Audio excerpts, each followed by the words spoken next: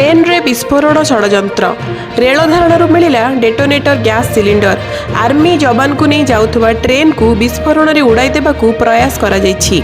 मध्य प्रदेश बुरहानपुर जिले में सेना जवान को नहीं जाउथबा एक ट्रेन को विस्फोरण में उड़ाई देबाकू होइथिबा प्रयास फंड होइछि।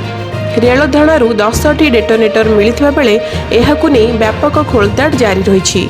सेनार स्वतंत्र ट्रेन जम्मू काश्मीर रु कर्णाटक अभिमुखे यात्रा करुवा बेले सगफाटा रेल स्टेशन निकट में यही घटना घटी। ट्रेन डेटोनेटर को अतिक्रम करने पर विस्फोरण जोगु ड्राइवर सतर्क हो जाइथिले एवं तुरंत ट्रेन अटकाई देथिले। एहा परे से स्टेशन मास्टर को खबर देथिले। एही घटना रे केही आहत होई नाहंती। आतंकवाद विरोधी स्क्वाड जातीय तदंतकारी एजेंसी रेलवाई एवं स्थानीय पुलिस वरिष्ठ अधिकारी माने घटनार तदंत करुछंती।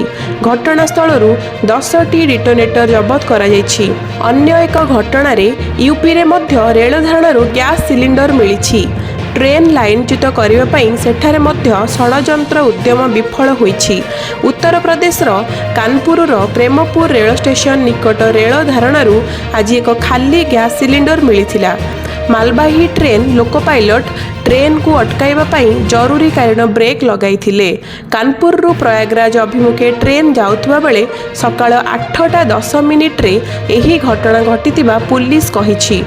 सिलिंडरटी 5 किलोग्राम क्षमता विशिष्ट एवं एहाकू ट्राक रु हटाई दिया जाइथिला।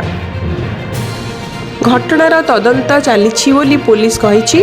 चलित मासरे उत्तर प्रदेश रे एहा द्वितीय घटना।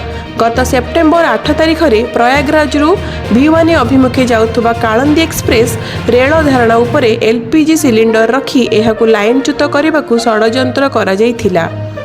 ब्यूरो रिपोर्ट मंदिरा टीवी।